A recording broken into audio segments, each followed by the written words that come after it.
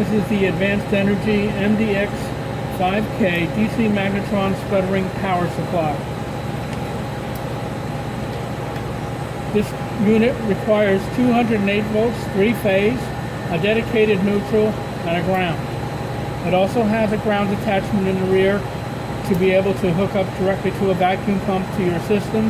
You want to be able to eliminate any ground loops between this system and the chamber. So all controls here are done through the front. Start on the right here. You has a key which has 3 positions of program, lock, and off. So in off, it's quite apparent. You can see everything has been turned off. We're in the off mode. We also do have a emergency shut-off switch here in case you needed that during operation. And that just gets pushed on, and you can see it's activated here. Pull it back out, it's off. But you'll notice that when I go to lock now, we're still getting that message. So whenever you go to lock or from off, you're going to have to press off on the output. This is to reset the internals and let it know that it's able to continue. That being said, you can see we have a bunch of keys and 2 displays. We can operate this machine locally or with an RS-232 that is not connected to this machine.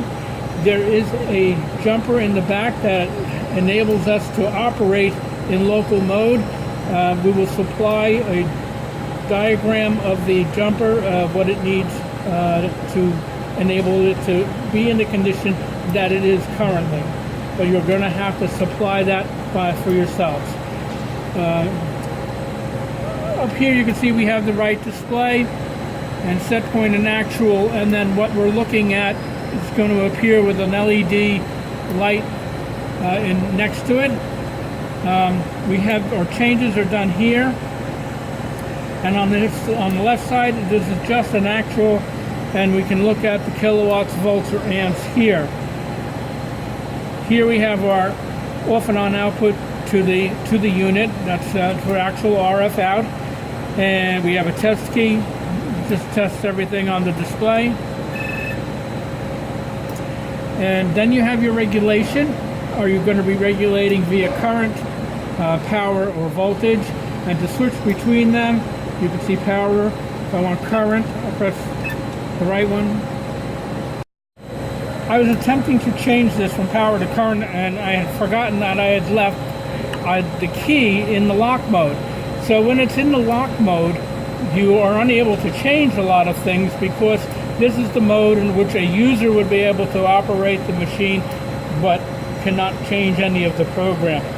So to do that, I will move the key to the program mode, and now you can see that I can change these different things. And you'll also notice here that I had to hit both buttons to change it to voltage. So I'm going to go back to the power mode. I'm going to hit level here. And you can see we're in the power mode up here.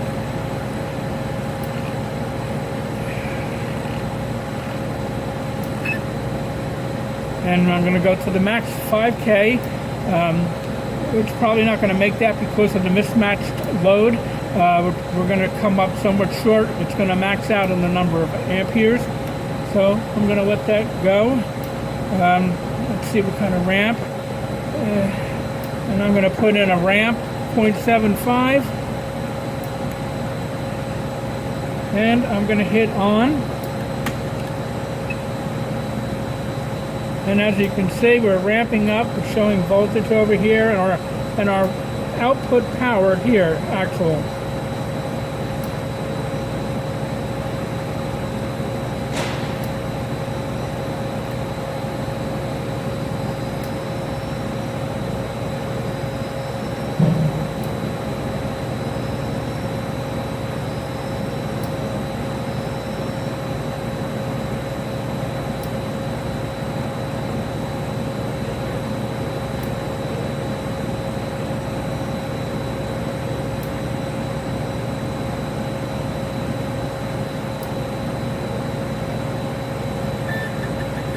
So as you can see, we're at 482. You can hear the alarm.